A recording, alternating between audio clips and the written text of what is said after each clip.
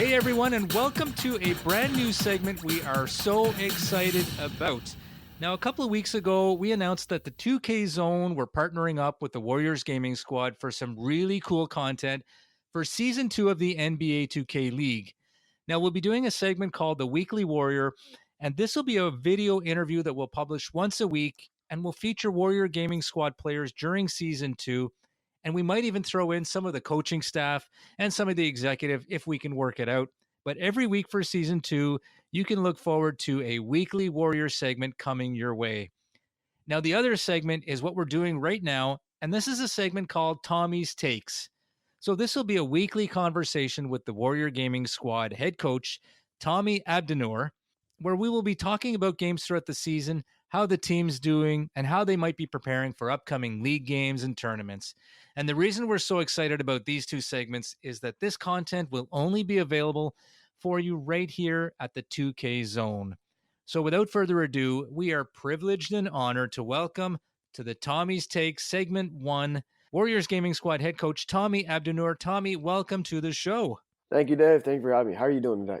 We're doing great, thank you. Now, since this is the first episode of Tommy's Takes, we thought it would make sense for us to get to know Tommy the person and talk more about your history, your background, and that kind of thing. And once the season gets rolling, we can get into more talking about the league games and things that happen on the virtual court for Warriors Gaming Squad. So, first things first, Coach Tommy, please tell us a little bit more about yourself. Sounds good. Yeah, this is my second season with the Warriors Gaming Squad, and I'm very excited to be back. I've also spent 5 years working in the NBA G League, 3 years with the Grand Rapids Drive, and 2 years with the Santa Cruz Warriors. 4 of those years in some sort of coaching role. So I've been trying to be more familiar and trying to get more into the coaching field of things throughout the traditional basketball sense. Before that, I worked 2 years at Central Michigan University as their video coordinator for their basketball team, while also earning my master's degree from the University of Washington. I've also grown up around the game of basketball. My dad worked for the Golden State Warriors when I was growing up. He worked for them for 24 seasons. My uncle also works for the Detroit Pistons, and he's been doing it close to 40 years. So basketball kind of runs in my family's blood. So this is my way of trying to stay in basketball and continue the family legacy. And that is quite a legacy. I mean, you touched on your dad working for the Golden State Warriors for all those years. That's pretty phenomenal. So, did you grow up in the Oakland area? I did. Yeah, born and raised here in the San Francisco Bay Area, and that's exactly when my dad was working with them. He started in '89 or in '87. I was born in '90. So my first few years was Run TMC. And so not fully comprehending it, but he has a lot of old videotapes. So I would rewatch all those old Run TMC days when I was growing up as a kid. So did you play the game of basketball growing up? Oh, of course. I probably had a basketball when I was in the crib. Played all the way through high school. Unfortunately, I was not good enough to play anywhere in college. So I made the choice right then and there that I wanted to start my coaching career. So I went to the University of Utah to be a student manager and really start working with the team.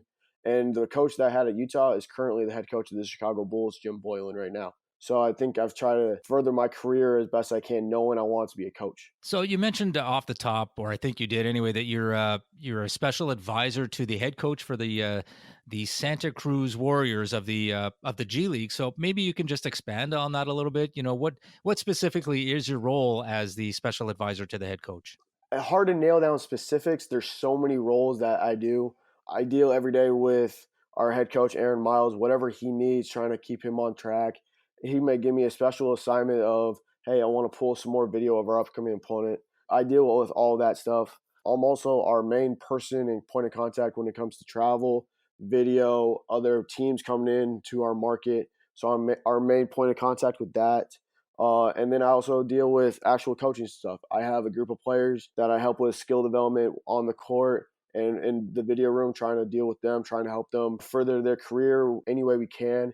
And then I also have opponent scouting, which is where I like to translate a lot into the 2K side of things of figuring out what are player tendencies, what plays do teams run in certain situations, and how best can we project and help our team prepare for our upcoming opponent. With a background that is so heavily invested in real life basketball, where does gaming? I mean, did you have any time growing up to participate in gaming? I mean, maybe tell us a little bit about your gaming background as well.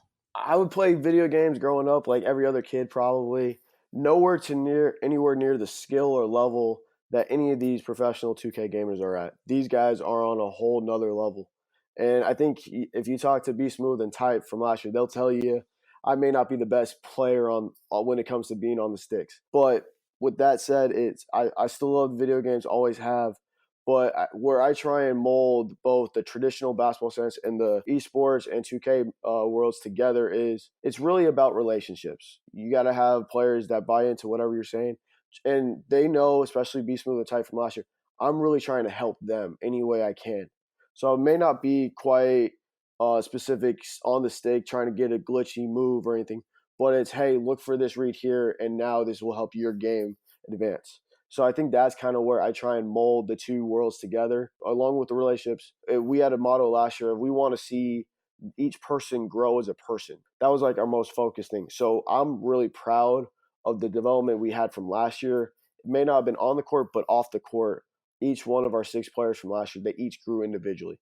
And that's the thing I was most proud of, and seeing them grow from boys into more men toward the end of the season. So, how did you become the head coach of the Warriors gaming squad? Like, how did that position come about for you? So last year, Kurt Lakeup, who is one of the key Warrior figures, Golden State Warriors figures, that oversees the esports world, him and Hunter Lee, they both are kind of the head of esports when it comes to the Golden State Warriors. I was helping out the Golden State Warriors with some draft video prep for the upcoming draft because they were in their playoff run. And Kirk Lakeup called me into his office and was like, hey, we would like you to coach the Warriors 2K squad. And my jaw hit the floor. I was in shock. I didn't know really what to say. But that night, I watched every single Warrior Gaming Squad game up until that point, which was the first tournament and the first 2 games of the season. And I tried to familiarize everything that they've done and see exactly where can I try and help. And that night, I think I told Kirk, I am in, and I talked to Hunter the next day. I'm like, how can I help? What can I do? Now, you said the word shocked, which can mean one of two things. I mean, it's either a good shocked or maybe it's not a good shock. Maybe it's a bit of fear. I mean, so maybe explain a little bit. What kind of shock that was for you. Oh, it was a good shock. I'm not a 2K savant or anything like that. I'm not a hardcore gamer just because of the time restrictions and the hours that you have to put in during the season. So that's where I was a little shocked that they would come to me, somebody that would consider myself a novice, not necessarily a gamer. But I was very honored that they spoke to me about it first, and that they even thought about me and wanting to merge the two worlds. And that was what got me excited. Now, did you find it challenging, or was there maybe a bit less respect than someone who maybe, was a top gamer in the 2K community? I mean, was that a barrier at all for you? I don't think so, and I think that more of a credit to the players we had last year. They were very open and receptive to the idea. They really helped me, but I think they also saw me really try and understand the 2K world. And by that I mean, what are some things that work normally in real basketball, traditional basketball, but does not work in the 2K game? So they saw me really try and understand from the bottom, and I think they were able to see me kind of catch up to speed fairly quickly on build archetypes. How do the badges all work? What can we do strategically that help leverage all of the different lineup combinations to help us succeed? So I think that's where they saw me put in the time and the effort. And I think that helped merge everything. But I give our guys last year a ton of credit. They were extremely open minded to everything that we wanted to try and do. Some of it did not work, but they were at least open and willing to try it, which for me was phenomenal, especially for them giving me a chance. So, in season one, what would you say was the biggest challenge when coaching an NBA 2K League game compared to coaching a real life basketball game? Like, what was the biggest challenge for you or the biggest adjustment? It was not being able to talk to them consistently throughout the game. And by that is the only time I was really allowed to have communication with them during the game or even listen to them was during timeouts. Whereas if you watch a regular traditional basketball game, you'll see the coach talking to the players during free throws, during a play, trying to get a play call going. And that was probably the hardest thing. I could only talk to them during timeouts and hear what they're saying. Whether it was one of those things where we were maybe messing up on a pick and roll coverage, I don't know if they weren't communicating during that point. And that was probably the biggest adjustment last year, was trying to figure out, all right, are you guys talking in this situation? Here's our adjustment. And sometimes, to their credit, they already made that adjustment before I even got there. So I think that was probably the hardest thing coming over from this, especially the G League side, where there's constant communication. throughout the game from the coaching staff to the players. In season one, could you hear what the players were saying while the play was happening, or could you not hear them at all? No, not at all. Not at all. Then that was hard. Now, is that going to be the case for season two as well? Based on my understanding, no, that will not be the case. So you will be able to hear what they're saying. Yes, and I'll be able to communicate back and forth with them. Yeah. So going back to season one, the Warriors gaming squad had a 4-10 record. Thanks for the reminder, Dave. Yeah, no Thanks. problem. I mean, that's my job, is to bring up really bad things that happened to you in the past. Just wait till next week. I got some really good stuff. But so season one, what would you say was the main reason why the team did finish with a record of 4-10? We were in a lot of close games, Dave, and it was one or two possessions that may have cost us. And they're all at different points. And when you lose, I think it was 8 straight games by 3 points or less, the odds are stacked against you. Of just you wouldn't figure that would ever happen, but they did, and I think it really came down to one or two mistakes of we had a costly turnover at the wrong time, something small like that, or we just gave up an offensive rebound, and it always just seemed to be one thing every week. I think our other loss was against the Milwaukee Bucks team, and we tried a different lineup, and they beat us pretty handily. And give credit to them. But every other game that we were in, we were in it all the way till the final buzzer, and we just couldn't get over that hump. So when the season ended and you had time to reflect on what happened in season one, did you have like an aha moment where you said, this is what we need for season two that's going to make the difference? And if you did, what is that thing that the team needs to have to turn around in season two?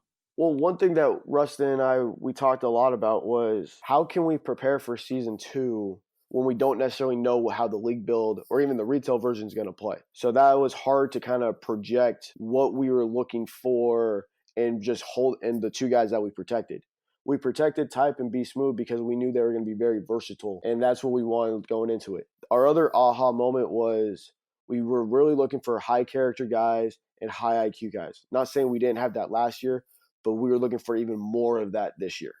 So those are probably our two biggest factors when we were scouting guys: high IQ and high character people. Yeah, character plays such a vital role. And, one team that's close to us geographically are the Raptors Uprising. And you could see that they really value character by bringing back most of their lineup from season one. So, you're right. Character is so, so important. But a couple of more questions and we'll wrap up segment one. How much input did you have in the player selection for season two? We knew what position we were in last year, and we knew we didn't want to be in that again this year.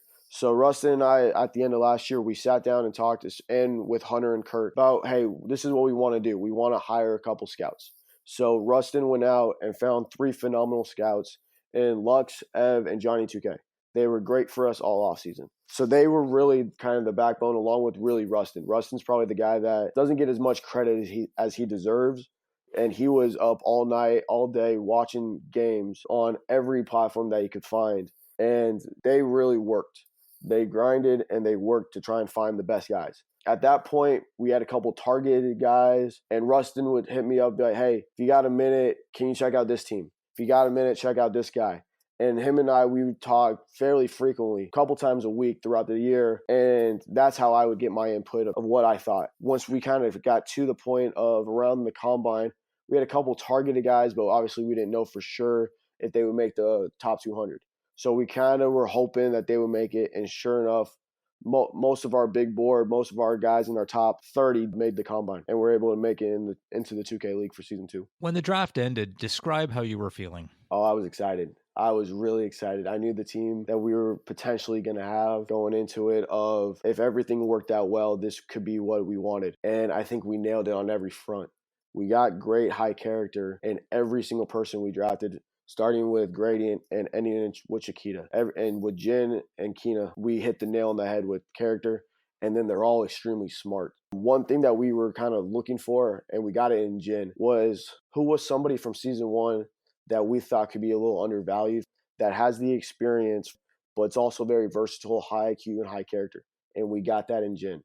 And then Chiquita has been phenomenal. In our scrimmages to date, she's been great. And I think we saw that in the rookie-sophomore showcase where she was on the lock and guarded dimes. She's really good, and she fits in with exactly what we're trying to do. I'm really excited. I still am excited, if not more excited today than I was after the draft. So, final question for today, Coach Tommy. Have all six players relocated to Oakland? And if so, what have you done to start the preparation for season two? Yep, all six of our players are in market right now. They're currently scrimmaging other teams around the league. We have started to install our offensive and defensive philosophies. But our biggest thing is we're experimenting and trying to figure out every single build. That was my first task to Rustin and to everyone. Understand each build. More so, let's figure out, let's have an open mind with every build. We know the builds play a little differently in the 2K league rather than the retail version. So let's play around, let's see. Let's experiment. Let's not necessarily worry about wins and losses day one, day two, or even in the first week. Let's just try and find a couple different lineups. And it may not be necessarily the prototypical 2K lineup that we've seen so far in the retail version, but let's understand every build. If let's just say, for example, last year, a lot of point guards went with the play sharp. And then you see somebody like JT with the Wizards, he normally played on the shot sharp. Okay, now we understand what the shot sharp can do. How can we leverage that defensively to where we know exactly what the shot sharp point guard can do now, where it's slightly different than the play sharp? How can we leverage that, try and figure out a way of getting steals? So it's twofold. Let's figure out what can work for us, but let's also start scouting for the upcoming season on. Now we know how builds are going to play. So that was our first task of understanding every single build. And I think all of our guys have done a phenomenal job of doing that first and foremost. Fantastic. Well, that wraps it up for this week for our first edition of Tommy's Takes. Tommy, we really thank you for doing this. Next week, we're going to look forward to talking more about the tip-off tournament and getting into more specifics, as to what you're doing to prepare for that tournament. If you got specific game plans, and maybe even talk about the roster that you're starting to put together. So thanks again for joining us, Tommy, and we will look forward to doing this again next week. My pleasure, Dave. Thank you so much. This was great. Can't wait for next week.